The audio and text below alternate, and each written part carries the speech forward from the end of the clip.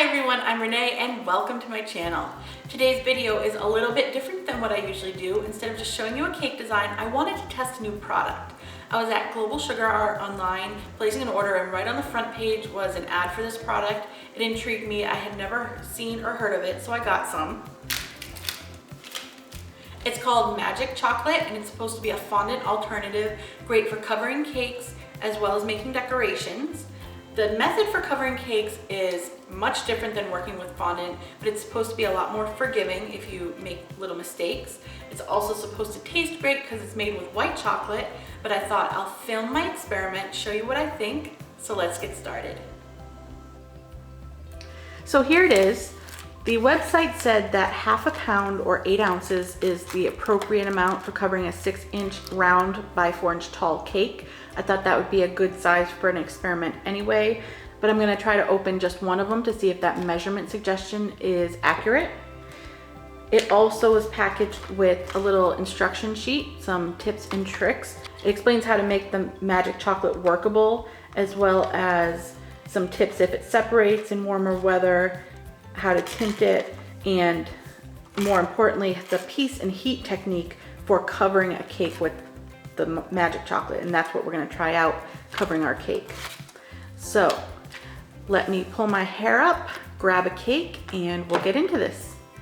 Removing the little puck of the magic chocolate from the package, I noticed it is rock solid. There is no way I'm going to be able to break this apart or start working it with my hands in this big solid form. So I got my knife and I'm going to cut it into small manageable pieces so I can work each piece individually and then put them together.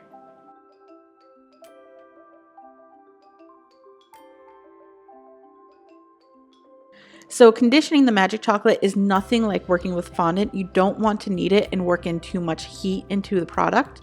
So what I'm doing is just breaking it apart and smushing it together with my hands to add just a little bit of heat to get it going because it's so rock solid. And then I'm going to grab my rolling pin and start to roll it out. And at first it's going to seem like it's never going to come together. It's very crumbly and kind of just breaks apart. But you just keep working it like this, rolling it out, and then fold it on itself and roll it out some more. And then it does actually become a lot smoother.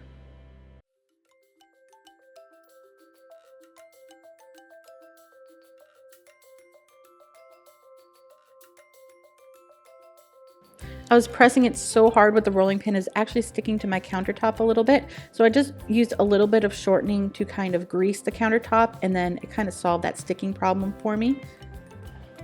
And it was a lot easier to work with after that point. So you can see it does actually become quite soft and pliable after working it a bit compared to the other pieces, which are still rock solid. So I need to work each of these pieces individually because they're smaller amounts, and then as they become softened, I can work them into the larger mass of the magic chocolate, which is already soft.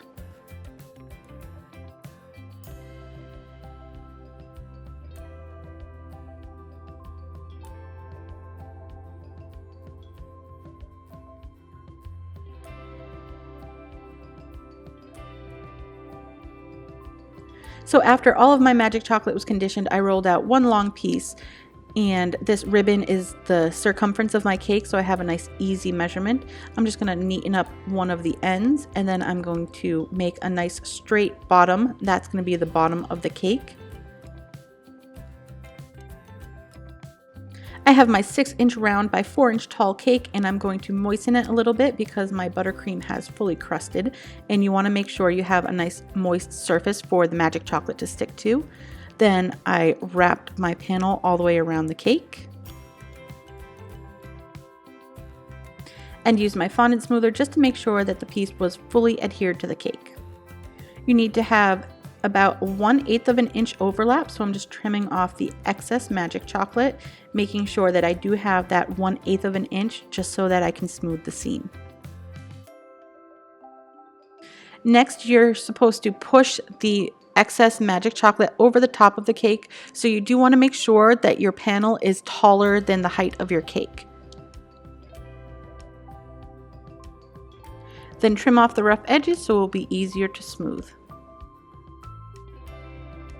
Add another disc of the magic chocolate, making sure that it overlaps the edges that are on top of the cake already. Now, working with the magic chocolate, you do need to have a heat gun. I just have this little one that I got off of Amazon. I think it was about $10. I'll have that link down below if you're interested. So basically what you need to do is use the heat gun to heat the surface and use your fondant smoother to smooth the magic chocolate. And here is where my first attempt to cover the cake went south. You'll see that I'm applying the heat, removing the heat, and then trying to smooth, and it is not working out. I couldn't get the seam to blend in the way it's supposed to, and the more I tried, the more it was pulling and stretching and eventually tearing the magic chocolate. I was so frustrated. The more I worked at it, the worse it got. I ended up with a hole, so I tried to cut it out to patch it because you're supposed to be able to patch really easily with magic chocolate. But at this point, the buttercream underneath was so soft and the magic chocolate itself was tearing, and it was just becoming a huge mess. Here you can see how messy the top of it was. I had the magic chocolate breaking apart at the seams. I was trying to use my fingers. I was trying to use the edger, and it just was becoming such a huge mess. I had to stop. So clearly my first attempt to cover the cake with magic chocolate was not successful. I was super frustrated and I couldn't understand why it wasn't working for me when the demos I saw and the reviews on Global Sugar Art's website were so good.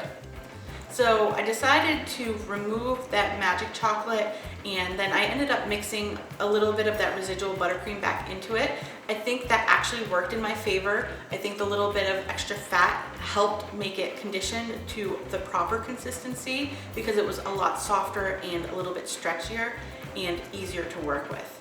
I think here in New England, it's just so cold, it needed that little bit of extra fat and conditioning to get it to the proper texture. So I was so frustrated, I put it away for the night. I touched up the buttercream on my cake, I stuck it in the refrigerator, and I actually went online to rewatch the demo on Global Sugar Art's website, and I actually messaged Magic Chocolate and got a response from Amber, and my suspicions were correct. I was using the wrong technique. What she was doing in the demo, and what you're supposed to do, is to apply the heat consistently while you're smoothing, but you work quickly so that you don't overheat it and the heat doesn't transfer into the buttercream on the other side of the magic chocolate. I re-moistened the buttercream on my cake. It's just out of the refrigerator maybe about 20 minutes before I started, so it's still nice and firm, but the outside's not super cold. And then I repaneled the cake. This time I'm working in 2 pieces instead of 1 because I thought it might be a little bit easier. I also made it a little bit taller so I'd have more room on the top to work. And here you can see I'm having such an easier time folding it over that top edge. This is where I think that extra fat from the buttercream that was mixed in really benefited the product. Then I added the second panel, which was long enough to make sure that I had plenty of room for 1/8 of an inch overlap on either side. Then trimmed the magic chocolate to make sure that overlap was not too big. When I pressed it up over the side, then I was able to trim the top so that I didn't have too much of an overlap on the top edges as well.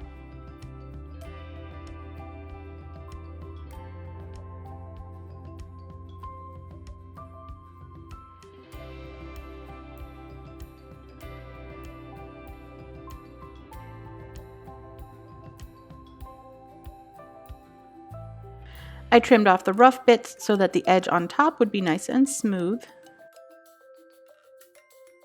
Added a disc of the magic chocolate to cover the top, pressed that on, and then made sure to trim off the excess so that my seam on top was not too large.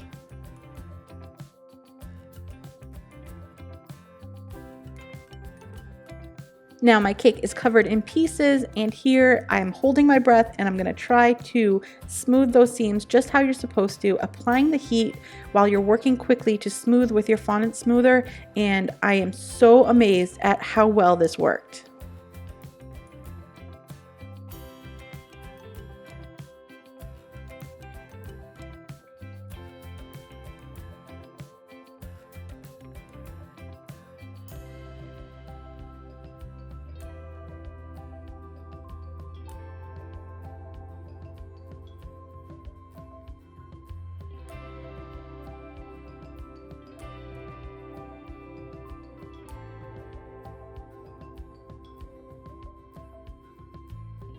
Look at that. That is incredible. I am so amazed at how well this worked.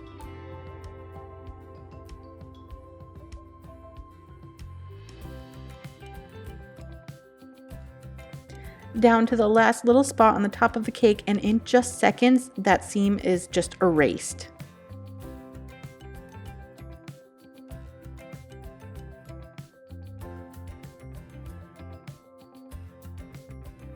Moving to the side seams, and they were just as easy to smooth out.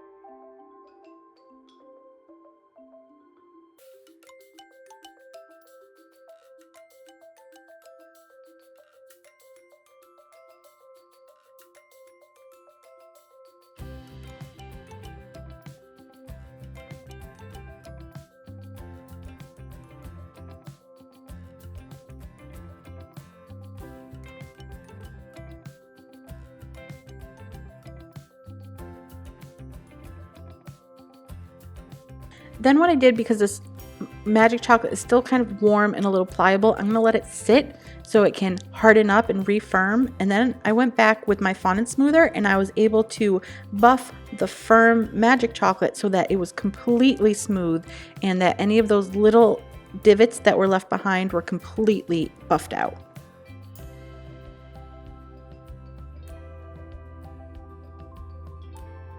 Then I was able to go back in with my edger to work on the top edge to get it nice and sharp, or you could use two fondant smoothers together and use that technique, but you have plenty of time to work with this product. I did try making a bow. It worked really nicely for that. Then I tried coloring some of the magic chocolate. At first I tried some of the powdered color, which worked really well. I was able to get a nice uniform color. Then I used a little bit of gel color just to see if that would mix in as well, and it really did. It mixed in beautifully for a nice uniform, even color.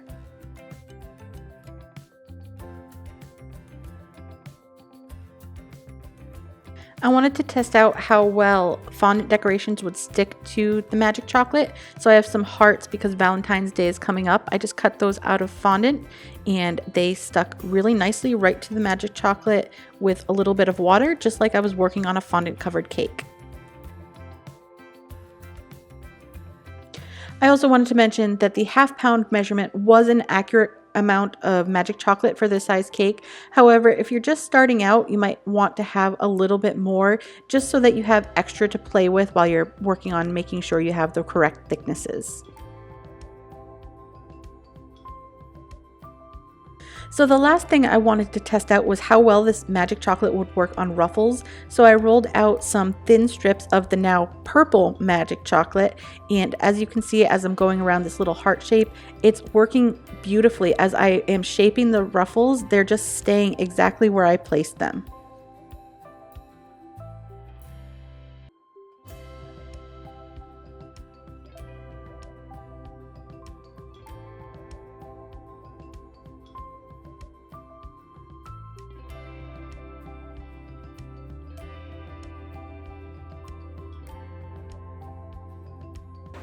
So my final thoughts on magic chocolate, I think it's a great product. I did struggle initially, but once I was using the proper technique and working with it the way you're supposed to, it worked beautifully. I was so impressed with how easily it smoothed down and I was able to erase the seams on my cake. I love that it doesn't dry out. So I was working with it for 2 days. I left it out on the counter while I was working and it never dried out. I was rolling pieces out and letting them sit, and they were fine to work with when I was ready for them. Even after I had used the heat to smooth the cake, once that had set back up and was hard again, I was able to go back with my fondant smoother and really buff the sides and the top of the cake to make it nice and smooth and erase any of those little bumps and lumps that might have been left behind. Even on the top here, when I was applying the ruffle, I didn't notice it at the time, but I must have put a finger in there or the end of the paintbrush or something, and I had a little dimple. And even without applying any extra heat, I was able to just buff that out with a fondant smoother and the surface is perfect. And I was also able to go around with my edger and get nice sharp edges and just keep working with it until I was happy. That's not something you can do with fondant because it's going to set up and dry. You have to work extremely quickly. That's not the case with the magic chocolate. In fact, even now, I could probably still go work with this and it's going to work just fine because it doesn't dry out. I also love how cleanly it cut. Every time I was cutting with my knife, there was never any dragging or cracking. It just had a perfectly clean cut every single time. When I was applying the ruffles, I was able to shape them and they stayed immediately how I placed them. But they're not hard. Even now, they're still soft and pliable. So when I go to cut the cake, they're not going to be crunchy and crumbly like gum paste or fondant ruffles would be. And the product also tastes amazing. It tastes just like white chocolate, but it's mild. It's not overly sweet or cloying. It would be a nice complement to any cake. So all in all, I think it's a great product. I think if you're curious about it, go ahead and give it a try. You'll probably be very impressed. If you run into some of the problems that I had, just rewatch this video or take a look at Global Sugar Art's website. They have a demo and I'll link that down below. There's some great tips on there. I hope you liked this video. If you did, give it a thumbs up. And I hope you like this style of review video. It's kind of new for me, so if you did enjoy it, leave me a comment down below to let me know. And if there's a product that you want me to try out for you, let me know down below and I might use your suggestions in an upcoming video.